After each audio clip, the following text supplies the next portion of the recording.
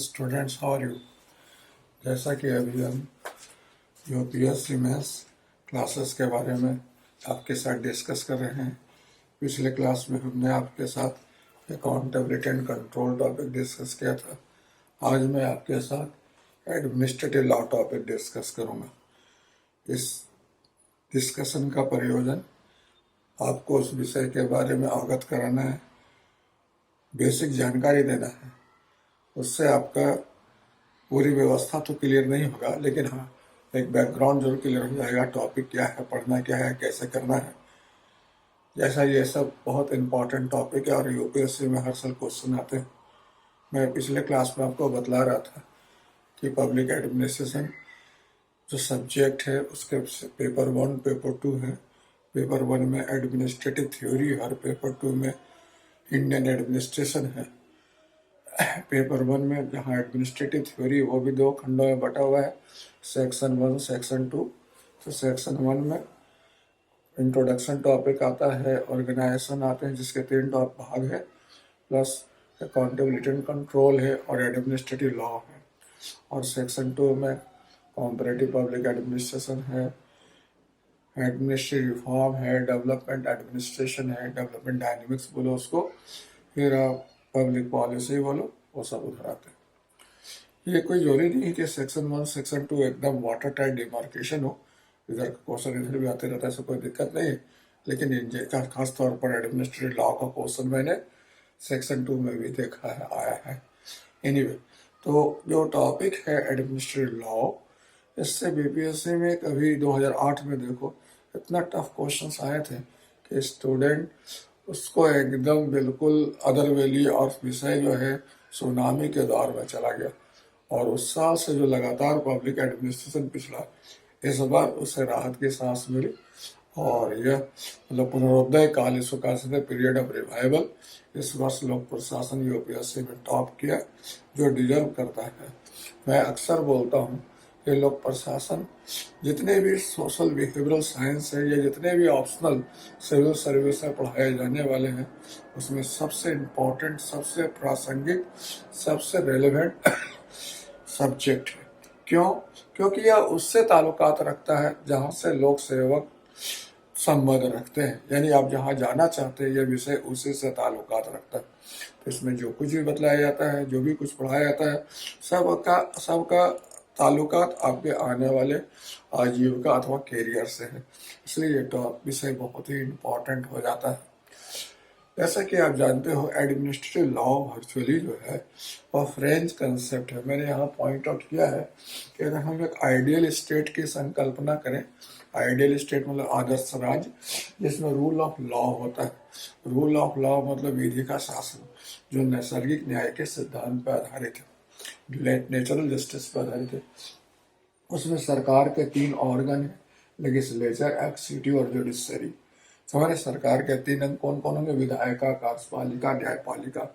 विधायिका काम लेजिस्लेशन यानी विधि बनाना, एक्जीक्यूटिव का काम एक्जीक्यूशन यानी क्रियान्वयन करना, और जुडिशरी जिसका काम एडजुडिकेशन अर्थात व्याख्या करना, न्याय देना इत्यादि।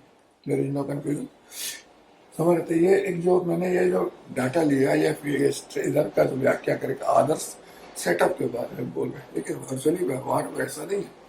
Ideal state is now replaced by administrative state. Administrative state किसको कहते हैं? प्रशासनिक राज। एक ऐसा राज्य जिससे प्रशासन व्यक्ति के जन्म से मृत्यु तक समस्त कार्य व्यवहार को प्रभावित करता है। मैं आपको बतला दूं, फ्रांस को प्रशासनिक राज्य का आदर्श रूप माना जाता है। फ्रांस के बारे में यही कहा जाता है कि एक व्यक्ति का जन्म फ्रांस के सरजमी में केवल पैदा लेना मात्र है, बाकी जितना काम है सब वहाँ राज मैनेज करती है। वहाँ राज व्यक्ति के जन्म से लेकर मृत्यु तक समस्त कार्य व्यवहार को प्रभावित करती है। और वैसा तो अगर देखा जाए तो भारत में भी व्यक्ति के जन्म से मृत्यु तक जैसा लोक कल्याणकारी राज्य में देखने को मिलता है, लोक प्रशासन का छाया, लोक प्रशासन का प्रभाव बना हुआ है। क्लियर है? So this is not, there is no exaggeration at all. इसमें कोई अतिशयोक्ति नहीं है। समझ, तो हम एडमिनिस्ट्रेटिव स्टेट में जी रहे हैं। एडमिनिस्ट्रेटिव स्टेट का मतलब होता है कि ऐसा राज्य जिसमें प्रशासन व्यापक कार्यों का भूमिका का निर्वहन करता है। व्यक्ति के जन्म से लेकर मृत्यु तक समस्त कार्य व्यवहार को संपन्न करता है। तो उस एडमिनिस्ट्रेटिव राज्य में या प्रशासनिक राज्य में लोक प्रशासन के कार्य और भूमिका बहुत ही अधिक है, और उसका व्याख्या करने में, उसका इंटरप्रेट करने में, उसका एडजुडिकेशन करने में रूल ऑफ लॉ जो है वह सक्षम नहीं है। इसलिए एक सप्लीमेंट्री अरेंजमेंट के रूप में एडमिनिस्ट्रेटिव लॉ डेवलप किया गया। ये कहाँ का कंसेप्ट है? फ्रांस का। तो फ्रांस में एडमिनिस्ट्रेटिव लॉ को हम लोग क्या कहते हैं? ड्रॉइट एडमिनिस्ट्रेटिव कहते हैं। ड्रॉइट एडमिनिस्ट्रेटिव कहलाता है, ठीक है। यह फ्रेंच नेम हुआ ड्रॉइट एडमिनिस्ट्रेटिव। 1873 में फ्रांस में क्या है? विधि दो वर्गों में बट गया है, एक सामान्य विधि, एक प्रशासनिक विधि। और वहां न केवल विधि दो वर्गों में बटा है, बल्कि वहां दो अलग अलग न्यायिक तंत्र स्थापित किए गए हैं, एक सामान्य विधि के लिए, एक प्रशासनिक विधि के लिए। समझ रहे हैं? सामान्य विद्यालय जो है सामान्य विधि का व्याख्या करता है, दंड देता है, कार्रवाई करता है, और प्रशासनिक न्यायालय प्रशासनिक विधि का व्याख्या करता है और दंड वगैरह की व्यवस्था करता है।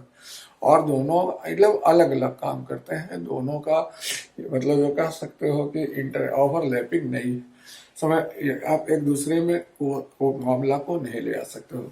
सामान्य विधि किससे ताल्लुकात रखता है? जो आम जन से संबंधित हुआ। और प्रशासनिक विधि किससे संबंधित होता है? जिसमें एक पक्ष कम से कम प्रशासन जुड़ा हुआ। समझ है? कम से कम एक पक्ष प्रशासन जुड़ा हुआ, यानी वह इस नाम से ही स्पष्ट हो रहा, वह विधि जो प्रशासन से संबंधित है। जैसे आयकर अधिनियम देखते होंगे, समझ रहे? जीएसटी से संबंधित एक्ट हो गया, समझ रहे हैं? फिर आचार संहिता अधिनियम जो लोक सेवकों का हुआ, वो आम जन के लिए नहीं है और लोक सेवकों के लिए, तो उनको हम प्रशासनिक विधि की श्रेणी में रख सकते हैं। का संकल्पना है कि प्रशासनिक राज्य में प्रशासन व्यापक भूमिका और कार्यों का निर्वहन करता है, इसलिए वहां विधि का शासन नैसर्गिक न्याय का जो स्थापित सिद्धांत है वह प्रभावी रूप से काम नहीं कर पाता, और उसे पूरा करने के लिए प्रशासनिक विधि की जरूरत होती है। तो प्रशासनिक विधि मुख्य रूप से कहाँ आया है? फ्रांस में आया है 1873 में, और वहां विधि को दो वर्गों में बांट दिया गया, सामान्य विधि और प्रशासनिक विधि, और दोनों के लिए अलग अलग तंत्र स्थापित कर दिए गए। There is no confusion. प्रशासनिक विधि प्रशासन की व्याख्या करता है, प्रशासन की जटिलता को समझता है, जनता और प्रशासन के बीच संबंधों को और सुगम और सहज बनाने की कोशिश करता है। एक तरफ प्रशासनिक वास्तविकता को समझता है, वही दूसरे तरफ जनता के हित को सर्वोपरि मानता है, और उन दोनों के बीच कोशिश होती है कि जनता को बेहतर और प्रभावी निष्पादन सुनिश्चित हो। क्लियर है? There is no confusion. तो आप देखते हो प्रशासनिक विधि कहाँ का कंसेप्ट हुआ? फ्रांस का कंसेप्ट हुआ, समझ रहे?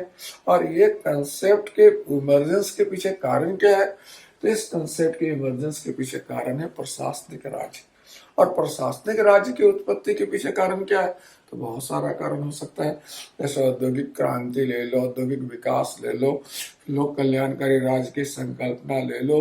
फिर आप इसमें नेगेटिव और पॉजिटिव दो एस्पेक्ट ले सकते हो।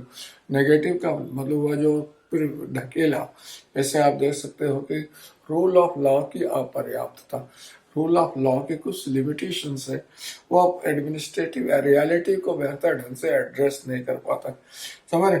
और एडमिनिस्ट्रेटिव स्टेट में एडमिनिस्ट्रेशन को थोड़ा व्यापक स्तर पर डिस्क्रिप्शन इस्तेमाल करने की जरूरत होती है। व्यापक स्तर पर कह सकते हो टेक्निकल एस्पेक्ट को इन्वॉल्व करने की जरूरत है, जिसको एक्सप्लेन करने में और डिफाइन करने में रूल ऑफ लॉ सक्षम नहीं है। इसीलिए प्रशासनिक विधि की व्याख्या खोज की गई, ढूंढा गया, समझ रहे? तो प्रशासनिक विधि पर अलग से यूपीएससी में काफी क्वेश्चन आता है। प्रशासनिक विधि जैसा कि इसका जो क्षेत्र होता है वह ताल्लुकात रखता है राज्य से। राज्य जितना ज्यादा कार्य करेगा, प्रशासनिक विधि की संख्या और तादाद उतना ज्यादा होगा। राज्य जितने कम काम करेंगे, प्रशासनिक विधि की संख्या कम होते जाएगी। जैसे आप देखो एलपीजी 19 सेकेंड वर्ल्ड वॉर के बाद प्रशासनिक राज्य जब बना या लोक कल्याणकारी राज्य बना, तो राज्य द्वारा भूमिका और कार्यों को अपनाया गया। तो इसका मतलब हुआ कि प्रशासनिक विधि की संख्या और स्वरूप बढ़ता गया। 90 के दशक में एलपीजी के आगमन से राज्य की भूमिका कम हुई, प्रशासन के कार्य सीमित हुए, उससे प्रशासनिक विधि की संख्या भी कम होता गया। तो इस प्रकार आप देखते हो कि प्रशासनिक विधि का स्वरूप क्या है, राज्य के क्रियाकलापों से ताल्लुकात रखता है। राज्य के क्रियाकलाप बढ़ रहे हैं या राज्य के क्रियाकलाप घट रहे हैं, क्लियर है। यह प्रशासन से ताल्लुकात रखता है, प्रशासनिक वास्तविकता को डिफाइन करता है, प्रशासनिक जटिलता को समझने की कोशिश करता है और जनता को उससे बेहतर व्याख्या, बेहतर निष्पादन देने का व्यवस्था करता है, सुनिश्चित करता है। क्लियर है, देयर इज नो कंफ्यूजन। वैसे तो प्रशासनिक विधि बेसिकली डेवलप हुआ फ्रांस में, लेकिन इसका प्रभाव केवल फ्रांस तक सीमित नहीं रहा, बल्कि सभी देशों में फैल गया। भारत में भी आ गया, अमेरिका में भी आ गया, इंग्लैंड में भी आ गया, वगैरह वगैरह। एक ब्रिटिश मतलब कह सकते हो विशेषज्ञ है, संविधान विज्ञ है, इनका नाम है एवी डाइसी। एवी डाइसी जो है विधि के शासन का समर्थक है। उनका मानना है कि विधि के शासन से ही नागरिकों को निर्भीक और मतलब कह सकते हो स्वतंत्र नागरिक जीवन प्राप्त है, और वे प्रशासनिक विधि का आलोचना करते हैं। उनका मानना है कि प्रशासनिक विधि प्रशासन का पक्ष लेता है, या विधि के सिद्धांत के विपरीत है, या नैसर्गिक सिद्धांत के विपरीत है, नैसर्गिक न्याय के सिद्धांत के विपरीत है, लॉ ऑफ नेचुरल जस्टिस के विपरीत है, या सैनिक न्याय के भांति है, या एक तरफा न्याय देता है, या प्रशासन की पक्ष को ज्यादा जगह देता है और नागरिक पक्ष की उपेक्षा करता है। इसलिए एवी डाइसी ने प्रशासनिक विधि का काफी आलोचना किया है। समझ अभी 2019 या 18 में क्वेश्चन देख रहा था क्या है कि आज प्रशासनिक विधि का जो विषय है वह डाइसी के दायरे से काफी आगे निकल चुका है। समझ रहे, मतलब डाइसी ने आलोचना किया, लेकिन वास्तविकता यह है कि प्रशासनिक विधि से फ्रांस के नागरिकों को कभी कोई शिकायत नहीं रही। समझ रहे, और दूसरा प्रशासनिक विधि उन देशों में भी प्रवेश कर गया जहां विधि का शासन रहा है। तो इस प्रकार डाइसी का जो विचार है वह बेसिकली निर्मूल है, निराधार है, पूरी तरह सत्य नहीं है, सत्यता से परे है। इनफैक्ट अगर देखा जाए तो विधि का शासन नैसर्गिक न्याय के सिद्धांत या विधि के सिद्धांत का, विधि के न्याय का सिद्धांत का, विधि के शासन का सिद्धांत का प्रतिकार नहीं है, उल्टा नहीं है, विपरीत नहीं है, काट नहीं है, बल्कि पूरक है। जहां जहां विधि का शासन अपर्याप्त हो जाता है, व्याख्या नहीं कर पाता है, समझ नहीं पाता है, एक्सप्लेन नहीं कर पाता, वहां विधि प्रशासनिक विधि उसको सप्लीमेंट कर रहा है। एक बहुत अच्छा स्टेटमेंट है ना, जिसमें आप देखते हो कि वर्चुअली प्रशासनिक विधि जो है ना, मतलब कह सकते हो वह ग्रह के भांति है जो सूर्य यानी विधि के शासन के चारों तरफ परिक्रमा कर रहा है। तो ध्यान रखिएगा, विधि का शासन से प्रशासनिक विधि अलग नहीं है, बल्कि उसका पूरक है। Clear, there is no confusion.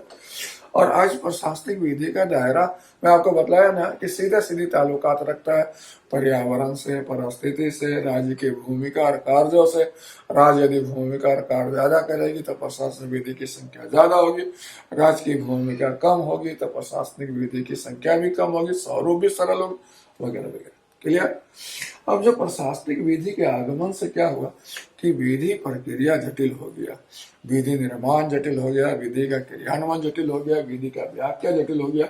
तो इस कारण दो प्रवृत्ति देखने को मिल रहा है। एक प्रवृत्ति क्या हुआ, जब विधि निर्माण डिफिकल्ट हुआ और विधायिका द्वारा विधि बनाना डिफिकल्टी महसूस किया जाने लगा, तो विधायिका ने विधि बनाने का अधिकार कार्यपालिका को दिया, जिससे प्रदत्त विधियन कहते हैं, डेलीगेटेड लेजिस्लेशन, या आप कह सकते हो लेजिस्लेटिव डेलीगेशन कह सकते हो उसको। समझ रहे हैं कि विधायिका द्वारा कार्यपालिका को विधि बनाने का अधिकार सौंपे जाना, this is called delegated legislation. इसका नतीजा क्या हुआ कि एक्जीक्यूटिव जो पहले क्रियान्वयन कार्य कर रहा था, अब एक्स्ट्रा कार्य क्या कर रहा है, क्वाजी लेजिस्लेटिव फंक्शन कर रहा है, यानी अर्ध विधायी कार्य भी कर रहा है, यानी नियम कानून भी बना रहा है। क्रियान्वयन तो पहले ही से कर रहा था और अब निर्धारण भी करने लगा। तो इससे क्या हुआ कि एक तरफ तो मतलब कार्यपालिका के हाथों में अधिकार बढ़ गया, विधायिका कमजोर हो गया। इसको कई लोग नवीन निरंकुशता का नाम दिया, इसे अधिकारी तंत्र की जीत कहा। लेकिन वर्चुअली क्या है, आज विधायिका के पास समय, संसाधन, विशेषज्ञता इत्यादि के आलोक में या सापेक्ष में जो प्रशासन का स्वरूप है, जटिलता है, विशेषज्ञता है, उस परिप्रेक्ष्य में ये संभव नहीं है विधायिका के लिए कि वह विधि निर्माण के हर पक्ष पर व्यापकता से विचार कर पाए। इसलिए होता क्या है, विधायिका के दायरे में ही, विधायिका के अधिकार क्षेत्र के दायरा में ही विधि निर्माण का अधिकार किसको मिलता है? कार्यपालिका को मिलता है। कार्यपालिका विधि बनाती है, लेकिन अल्टीमेट अप्रूवल किसका रहता है? विधायिका का ही रहता है। तो इस परिस्थिति में क्या होता है, विधायिका का समय बच जाता है और कार्यपालिका उसमें जितने तकनीकी पक्ष है उसको बेहतर ढंग से शामिल कर पाती है और फिर विधि बनाती है। तो एक तरह से विधायी नियंत्रण और प्रभावी हो जाता है विधायी पद्धति विधेयन के कारण। लेकिन इस पर भी कई दफा क्वेश्चन यूपीएससी में आता है कि पद्धति विधेयन एक अनिवार्य बुराई है। बिल्कुल अनिवार्य बुराई है, क्योंकि दोषपूर्ण तो है ही, इसमें कोई दो मत नहीं है। विधि का या कह सकते हो सरकार के 3 अंग है, तीनों अपने अपने हिस्से काम करें तो संतुलन बना रहता है। लेकिन अगर एक अंग दूसरे को कार्य देगा तो निश्चित रूप से असंतुलन तो होगा ही होगा। लेकिन सकारात्मक राज्य में, प्रशासनिक राज्य में कोई विकल्प भी नहीं है, क्योंकि अल्टीमेट राज्य का उद्देश्य जनता की सेवा करना, क्वालिटेटिव सेवा करना है, बेहतर सेवा देना है। तो उस परिस्थिति में विधायिका और कार्यपालिका के एक तरह से कह सकते हैं सहमति से एक नई व्यवस्था का प्रादुर्भाव हुआ, जिसको हम पद्धति विधेयन कहते हैं। ये अनिवार्य बुराई इसलिए है क्योंकि इसके कुछ लिमिटेशन है। कार्यपालिका के हाथ में शक्ति आ जाने से निरंकुशता का भय होता है, अधिकारी तंत्र का मतलब कह सकते हैं निरंकुश होने का, स्वेच्छाचारी होने का भय होता है, नागरिक हित का दुष्प्रभावित होने का भय होता है, वगैरह वगैरह। समझ रहे, विधायी नियंत्रण का पंगु होने का भय होता है, वगैरह वगैरह। क्लियर है। लेकिन चूंकि आज इसमें आप कोई विकल्प नहीं है, तो आप केवल बेहतर रक्षा उपाय कर सकते हैं, जैसे कि विधायी नियंत्रण को प्रभावी बनाया जाए, पारदर्शिता लाया जाए, खुलापन लाया जाए, एक रूपता अपनाया जाए, समझ आता है, और इसको स्क्रूटनी को बढ़ाया जाए ताकि विधायिका कार्यपालिका को अधिकार दे तो ये अधिकार में किसी प्रकार का खोट ना हो, किसी प्रकार का अतिक्रमण ना हो, किसी प्रकार का नागरिक हित की उपेक्षा ना हो। क्लियर। अब इधर देखिए इधर भी विडम्बना कि जब विधि निर्माण प्रक्रिया जटिल हो गया तो फिर विधि का व्याख्या करना भी सहज नहीं रहा। तो विधि का व्याख्या करना न्यायपालिका के पास संभव नहीं है, उसके पास भी संसाधन, क्षमता इत्यादि का अभाव है और वह बेहतर ढंग से विधि का निर्माण करने में सक्षम नहीं है। तो उस परिस्थिति में विधि का व्याख्या करने में सक्षम नहीं है, तो आप देखते हो इधर से भी विधि बनाने का, विधि का व्याख्या करने का अधिकार किसको मिल जा रहा है? कार्यपालिका को मिल जा रहा है। तो ये प्रवृत्ति और देख रहे हो कि आज कार्यपालिका जो है क्रियान्वयन के अलावा अर्ध विधायी कार्य तो करता ही करता प्लस अर्ध न्यायिक कार्य भी कर रहा है। क्लियर। तो आप देखते हो कि इसको हम लोग क्या कहते हैं? एडमिनिस्ट्रेटिव एडजुडिकेशन कहते हैं। इसको हम लोग क्या कहते हैं? प्रशासनिक निर्णय कहते हैं। और जो एजेंसी इस कार्य को करता है उसको हम लोग क्या कहते हैं? प्रशासनिक न्यायाधिकरण कहते हैं। तो प्रशासनिक न्यायाधिकरण आपके सिलेबस का एक अच्छा टॉपिक है, इससे क्वेश्चन अक्सर आते हैं प्रशासनिक न्यायाधिकरण से। समझ रहे? ऐसे आप देखते हो कि भारत में प्रशासनिक न्यायाधिकरणों की तादाद विगत वर्षों में काफी बढ़ी है। कैट का नाम सुना होगा, आयकर पुनर्विचार न्यायाधिकरण का नाम सुना होगा, श्रम न्यायालय के न्यायाधिकरण का नाम सुना होगा। और पिछले दिनों आपने देखा होगा कि एनजीटी नेशनल ग्रीन ट्रिब्यूनल जिसकी स्थापना की गई है, आज बड़ी महत्वपूर्ण भूमिका निभा रहा है, वो इसके अंदर में आता है। क्लियर। तो जिस प्रकार पद्धति विधेयन के संदर्भ में शंका है, उसी प्रकार प्रशासनिक अधिनिर्णय के संदर्भ में भी शंका है कि स्वतंत्र मतलब न्यायपालिका की स्वतंत्रता कह सकते हो लोकतंत्र का पूर्व शर्त है। न्यायपालिका जितना स्वतंत्र होगा, विधि का व्यवसाय जितना स्वतंत्र होगा, लोकतंत्र उतना प्रभावी माना जाएगा, सुशासन उतना बेहतर माना जाएगा। लेकिन यहाँ पर क्या हो रहा है कि न्यायपालिका अपना अधिकार कार्यपालिका को दे रही है न्यायपालिका विधि का व्याख्या स्वयं ना करके किससे दे रही है, कार्यपालिका को दे रही है। तो इस प्रकार कार्यपालिका के हाथ शक्ति का संकेंद्रण हो रहा है और दूसरी तरफ न्यायपालिका जो है वह वर्चुअली व्याख्या के कार्य से थोड़ा सा कमजोर पड़ रही है। लेकिन ये भी एक विडंबना है, जिस प्रकार विधायिका के पास समय का अभाव है, विशेषज्ञता का अभाव है, संसाधन का अभाव है, उसी प्रकार न्यायपालिका के पास भी कार्यभार की जटिलता है और कुछ संस्थागत परिसीमाएं कि न्यायपालिका जो होती है वह प्रशासनिक वास्तविकता को समझ नहीं पाती है। समझ रहे हैं, वो उसके वो जो है कह सकते हैं अपने कार्य के अत्यधिक कार्यभार के कारण राज्य के या प्रशासनिक राज्य के बढ़ती भूमिका और चुनौतियों को मैनेज करने में, उसका बेहतर ढंग से व्याख्या करने में सक्षम नहीं। तो इधर भी एक अनिवार्य बुराई जैसा ही है कि विधायिका जिस प्रकार विधि का काम कार्यपालिका को दे रही है, उसी प्रकार न्यायपालिका को भी विधि का काम विधि व्याख्या का काम किसको देना पड़ रहा है, कार्यपालिका को देना पड़ रहा है। तो अगर से प्रदत्त विधिनियम की परिभाषा हो तो क्या होगा, यदि विधि बनाने का अधिकार विधायिका कार्यपालिका को या अधीनस्थ अभिकरण को देती है तो उसे प्रदत्त विधेयन कहते हैं, इसे कार्यकारी विधेयन कहते हैं, इसे अधीनस्थ विधेयन कहते हैं। समझ रहे। और ये कोई ऐसे तो 20वीं सदी में आया, लेकिन कहा था 16वीं सदी में भी ऐसा देखने को मिला था इंग्लैंड में कि हेनरी अष्टम के शासनकाल में विधि बनाने का अधिकार विधायिका से कार्यपालिका को मिला था। लेकिन 20वीं सदी में लोक कल्याणकारी राज्य में ये भूमिका कार्य तो बहुत बढ़ गया और आज व्यापक इस संदर्भ में भूमिका निभा रहा है कार्यपालिका। आज इस संदर्भ में देख रहे हो कि विधि वही बनाती है वर्चुअली, उस पर संसद का विधायिका का अल्टीमेट कंट्रोल रहता है, लेकिन उसमें तकनीकी पक्ष को शामिल करने का अधिकार अवसर किसको मिलता है, कार्यपालिका को मिलता है। ठीक है, देरी में कंफ्यूजन।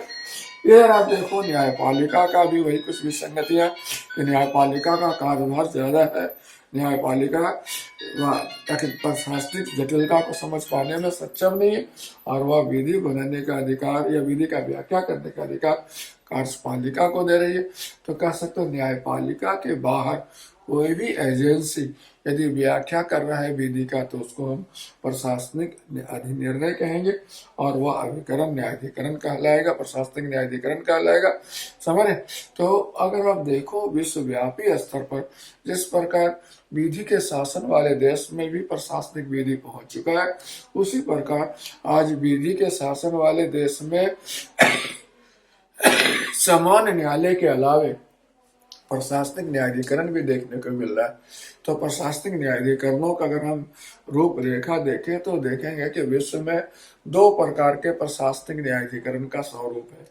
एक को हम कहते हैं कॉन्टिनेंटल देशों का प्रशासनिक न्यायाधिकरण और दूसरा कहते हैं एंग्लो सैक्सन देशों का प्रशासनिक न्यायाधिकरण। कॉन्टिनेंटल देशों में फ्रांस हुआ, बेल्जियम हुआ, जर्मनी, जो उसके आसपास के देश हुए वो आ गए। समझ रहे हैं, टर्की हो गया वगैरह। और इधर एंग्लो सेक्शन में कौन हो गया, तो एंग्लो सेक्शन में भारत हो गया, इंग्लैंड हो गया, अमेरिका हो गया। ये वर्चुअली विधि के शासन वाले देश हैं और इन्होंने प्रशासनिक न्यायाधिकरण को अपनाया, प्रशासनिक विधि और न्यायाधिकरण को अपनाया। तो देखोगे कि जो कॉन्टिनेंटल देश है वहाँ प्रशासनिक न्यायाधिकरण का स्वरूप बिल्कुल पृथक और विशिष्ट होगा। वहाँ सामान्य न्यायालय अलग होगा और प्रशासनिक न्यायालय अलग होगा और दोनों के बीच में किसी प्रकार कोई ओवरलैपिंग नहीं होगा। लेकिन जो विधि के शासन वाले देश है जिसको एंग्लो सैक्सन देश कहते हैं, यहाँ पर क्या देखते हो, दोनों ओवरलैप करता है, यानी कि प्रशासनिक विधि समझ और प्रशासनिक न्यायाधिकरण दोनों जो है विधि के शासन के दायरे में ही काम करते हैं।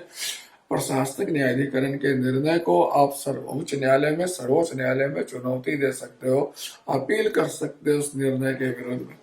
क्लियर, ये व्यवस्था किया गया है कहाँ, एंग्लो सैक्सन देशों में। और कॉन्टिनेंटल देशों में क्या देखते हो, उसका पृथक व्यवस्था, एक रूप व्यवस्था होता है। किसी प्रकार मतलब आप देखोगे कि ओवरलैपिंग नहीं होगा, किसी प्रकार देखोगे कि क्या कह सकते हैं डिसऑर्डरली देश नहीं होगा, लेकिन विधि के शासन वाले देश जहाँ मूल रूप से तो नैसर्गिक न्याय का सिद्धांत है, वो रूल मतलब न्याय के या विधि के न्यायालय हैं, सर्वोच्च न्यायालय, उच्च न्यायालय, अधीनस्थ न्यायालय, और इसी के साथ साथ प्रशासनिक न्यायाधिकरण को यथोचित जगह दिया गया है, अपनाया गया है, और इनके निर्णयों को आप उच्च न्यायालय और सर्वोच्च न्यायालय में अपील के लिए ले जा सकते हो। तो यह व्यवस्था की गई। तो आप देख रहे हो कि आपके पास 3 टॉपिक है जिससे क्वेश्चन अक्सर आता है। पहला प्रशासनिक विधि, दूसरा डेलीगेटेड लेजिस्लेशन, तीसरा एडमिनिस्ट्रेटिव एडजुडिकेशन। ज्यादातर तो प्रशासनिक विधि पर ही यूपीएससी में क्वेश्चन आता है। और आपको मैं बता दूं, प्रशासनिक विधि पर मतलब प्रशासनिक विधि प्रशासन से संबंधित विधियों कहते हैं। इसका काम प्रशासनिक स्वविवेक को परिभाषित करना है, इसका काम प्रशासनिक वास्तविकता को समझना है, इसका काम प्रशासनिक मतलब प्रशासनिक वास्तविकता को समझते हुए जनहित की व्यापक व्याख्या करना है, समझ रहे, जनहित सुनिश्चित करना है, समझ रहे। यह विधि के शासन का पूरक है, या किसी भी मायने में विधि का शासन का विपरीत नहीं है, प्रतिकार नहीं है, जैसा कि डायसी मानते रहा। और आप देखते हो 1873 में आया, आज 2000 है, 2000 यानी 2020, इसका मतलब ये हो गया करीब ये आपका 150 सालों से ज्यादा मतलब से अस्तित्व में ऑलरेडी है, समझ रहे। और सबसे इंटरेस्टिंग है कि 2003-4 में भारत में इनके अध्यक्षता में जैन के अध्यक्षता में एक समिति बनाई गई थी, और उन्हें काम दिया गया था कि आप भारत में प्रशासनिक विधि की समीक्षा करें और बतलाएं कि भारत में प्रशासनिक विधि का क्या वास्तु स्थिति है।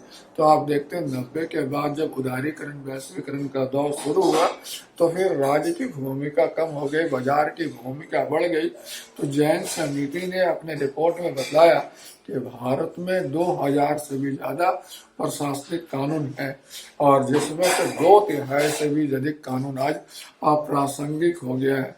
और यही देखा पिछले दिनों आपने कि मोदी सरकार ने बहुत सारे प्रशासनिक विधियों को खत्म कर दिया, ताकि प्रशासन सहज हो सके, प्रशासन सुगम हो सके, नागरिक और प्रशासन के बीच संबंध की में जटिलता कम हो सके। तो आज देख रहे हो प्रशासनिक विधि की संख्या मतलब सीमित होते जा रही है, और ये मतलब कह सकते हो कि सीधा सीधी ताल्लुकात रखती है राज्य के कार्यों से। अगर राज्य के कार्य बढ़ेंगे, वहाँ प्रशासनिक विधि बढ़ेंगे, जहाँ राज्य के कार्य कम हो रहे वहाँ प्रशासनिक विधि कम हो जाएंगे, सीमित हो जाएंगे। तो इस प्रकार ये पूरी तरह गतिशील अवधारणा है, और इसमें ज्यादा इम्पोर्टेंट विषय वस्तु है किसको डील करता है। क्या ये पर्यावरण को डील करता है, या यातायात नियंत्रण को डील करता है, या आयकर को डील करता है, या फिर आप कह सकते हैं चुनाव को डील करता है। ये बड़ा इम्पोर्टेंट चीज है। ये इसमें स्वरूप क्या होगा प्रशासनिक विधि का, उससे ज्यादा इम्पोर्टेंट है कि इसका विषय वस्तु क्या है, समझ। और यह विषय वस्तु समय अंतराल में प्रशासन के भूमिका और कार्य के अनुसार निर्धारित व प्रभावित होते हैं, और उसी अनुसार प्रशासनिक विधि भी बदलते सकते रहता है, बदलते रहते हैं। क्लियर है। और रही बात प्रदत्त विधेयन का, तो प्रदत्त विधेयन एक अनिवार्य बुराई है, एक कह सकते हैं कि इसका कोई विकल्प नहीं है। विधायक द्वारा कार्यपालिका को कार्य सौंपा जाना एक उसकी आवश्यकता है, समय है। और इसमें केवल उपाय यही है कि आप विधायी नियंत्रण को और ज्यादा प्रभावी बनाए, प्रदत्त विधेयन को सुगम और सहज बनाए, ताकि जनहित व्यापक रूप से प्रभावित हो।